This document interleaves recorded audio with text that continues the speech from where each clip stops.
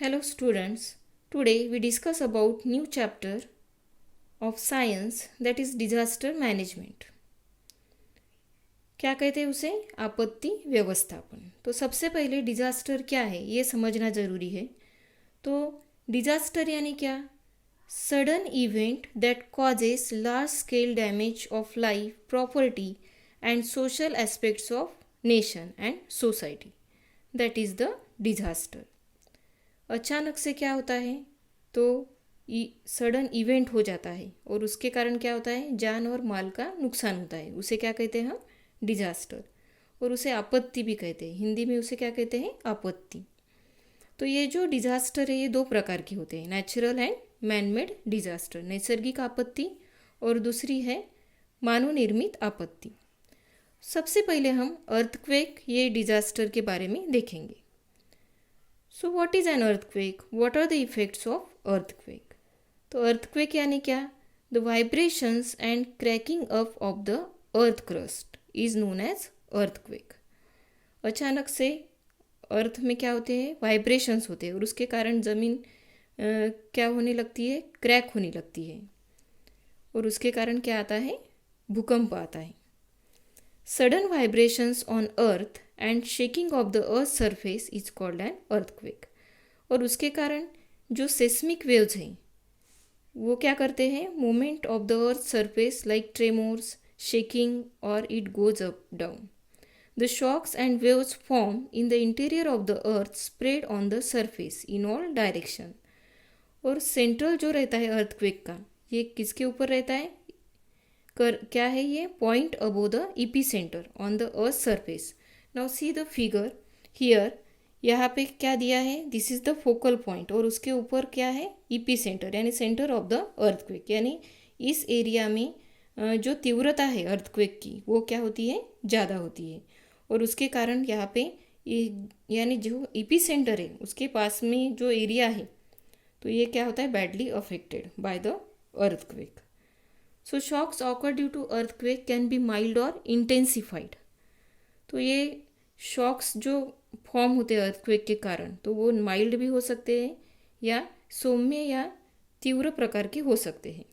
So on the earth mild earthquakes occur in a larger number than the intensified or runners. तो ये जो सौम्य प्रकार के जो क्या होते हैं इसमें शॉक्स जो होते हैं वो बहुत ज़्यादा होते हैं. Every day earthquake are notice at some or other places on earth. यानी अर्थ पे कहीं ना कहीं पे ये जो अर्थक्वेक के जो अर्थक्वेक है ये नोटिस किया जाता है. According to the observation of national earthquake information centre every year nearly 12,400 to 14,000 earthquakes जमीन या अपनी पृथ्वी पर होते हैं.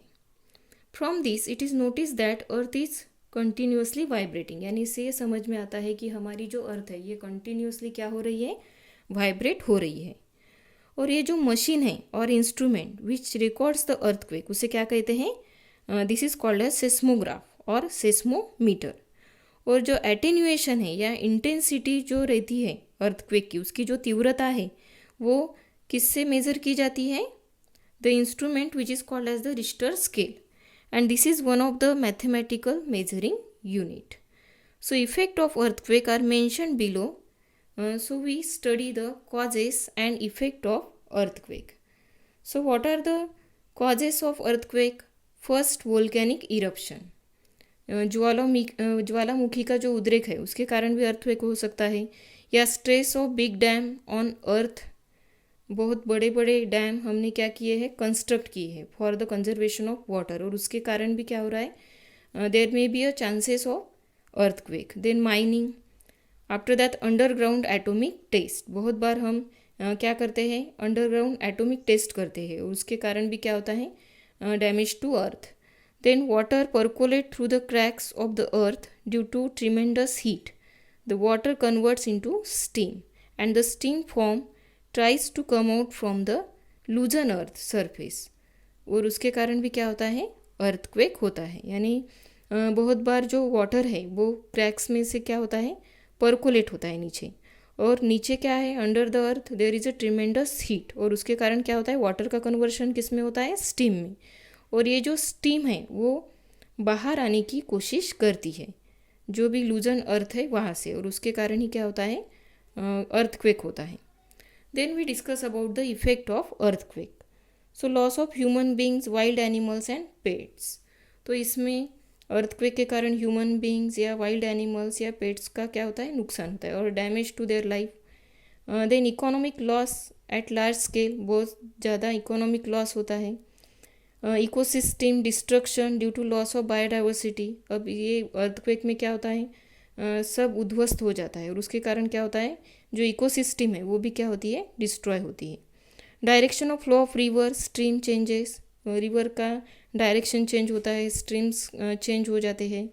Then possibilities of fire in the cities, और सिटी में फायर लगने के भी चांसेस, फायर होने के भी चांसेस क्या होते हैं, अर्थक्वेक के बाद में बढ़ जाते हैं.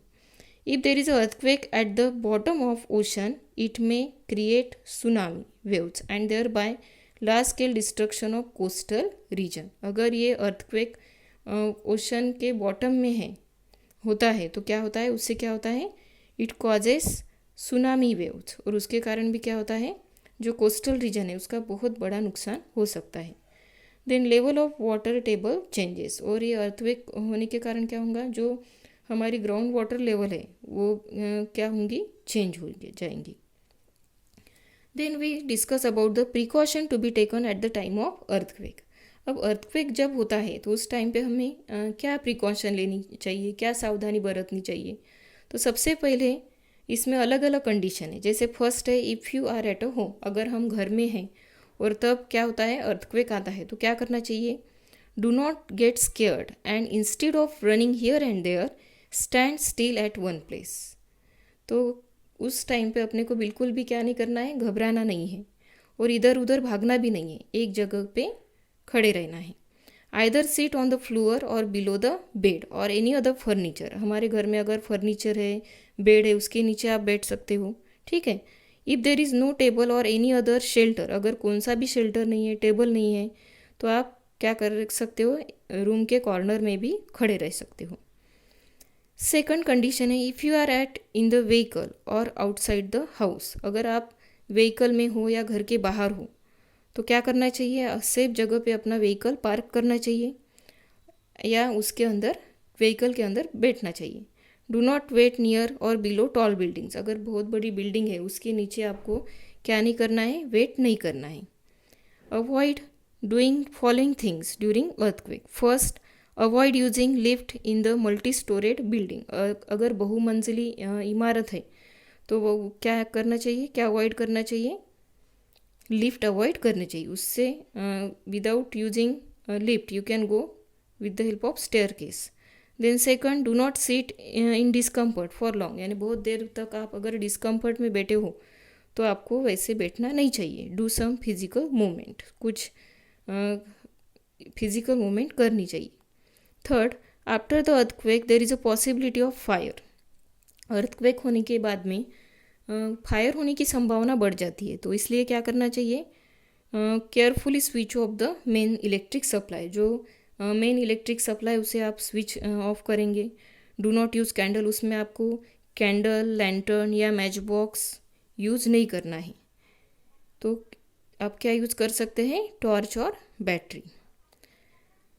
उसके बाद में अर्थक्वेक से बचने के लिए क्या है, अर्थक्वेक रेजिस्टेंट प्रूफ बिल्डिंग. तो ये जो कंस्ट्रक्शन है which do not get damage due to earth movement up to a certain limit, तो उसे, इस कंस्ट्रक्शन को क्या कहा जाता है, earthquake resistant building. To construct tall building, Indian standard institute has made some code of conduct.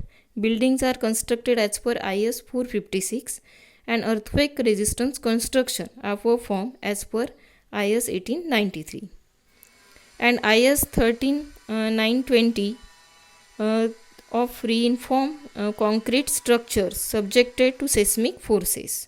So advanced technology is used for earthquake resistant construction. So to get further intimation about earthquake, modern equipment like laser ranging, very long baseline, Geiger counter, creep meter, strain meter, tide gauge, tilt meter, volumetric strain gauge are used. तो ये भी use कर सकते हैं।